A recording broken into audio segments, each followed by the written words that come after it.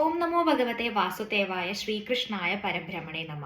കഴിഞ്ഞ യൂട്യൂബ് ഷോർട്ടിൽ നമ്മൾ ഗീതയിലെ ആദ്യത്തെ അധ്യായമായ അർജുന വിഷാദ യോഗത്തിലെ ആദ്യത്തെ ശ്ലോകമാണ് നോക്കിയിട്ടുണ്ടായിരുന്നത്. അത് ധൃതരാഷ്ട്രര് സഞ്ജയനോട് ചോദിക്കുന്ന ഒരു ചോദ്യമായിരുന്നു. അപ്പൊ അതിൽ സഞ്ജയൻ മറുപടി നൽകുന്നതാണ് ഇതിലെ രണ്ടാമത്തെ ശ്ലോകം എന്ന് പറഞ്ഞാല്. ദൃഷ്ട്വാതു പാണ്ഡവാനീകം വ്യൂഢം ദുര്യോധനസ്തത ആചാര്യമുപസംഗമ്യ രാജ വചനമബ്രവീത്.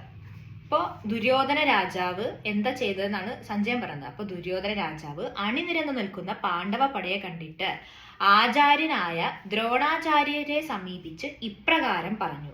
എന്താണ് പറയുന്നത് എന്നുള്ളത് മൂന്നാമത്തെ ശ്ലോകമായിട്ടാണ് കൊടുത്തിരിക്കുന്നത്. പശൈത്യാം പാണ്ഡുപുത്രാണ ആചാര്യ മഹതീം ചമൂം വ്യൂഢാം ദ്രുപദപുത്രേണ തവ ശിഷ്യേണ ധീമത. എന്താണ് പറയുന്നത്? അല്ലയോ ആചാര്യ, ബുദ്ധിശാലിയും അങ്ങയുടെ ശിഷ്യനുമായ ദ്രുപദ രാജപുത്രൻ, അതാരാണ്? ദൃഷ്ടദ്യുമ്നൻ. ആ ദൃഷ്ടദ്യുമ്നാൽ വ്യൂഹം ചമച്ച് നിർത്തപ്പെട്ട പാണ്ഡവരുടെ ഈ മഹാസൈന്യത്തെ കണ്ടാലും. ഇതാണ് ആള് പറയുന്ന ഒരു കാര്യം.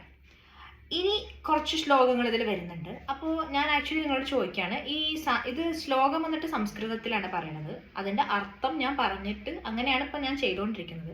അപ്പം ഞാൻ അങ്ങനെ ഓരോ ശ്ലോകവും വായിച്ച അർത്ഥം പറയണോ വേണ്ടത്, അതോ ഓരോ അധ്യായത്തിലും പറയുന്ന കഥ എന്താണെന്ന് പറഞ്ഞിട്ട് അതിൽ നിന്നുള്ള ഇൻസൈറ്റ്സ് ഞാൻ പറഞ്ഞു തരികയാണോ വേണ്ടത്?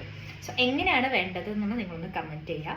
സോ നമുക്ക് നെക്സ്റ്റ് ശ്ലോകവും അതേപോലെ ഓരോ അധ്യായങ്ങളിലെ ഇൻസൈറ്റ്സും ഞാൻ പറഞ്ഞുതരാം നെക്സ്റ്റ് ഷോർട്സിൽ. അപ്പോൾ നിങ്ങളത് എങ്ങനെയാണ് വേണ്ടതെന്ന് പറഞ്ഞാൽ നമുക്ക് അതുപോലെ ചെയ്യാം.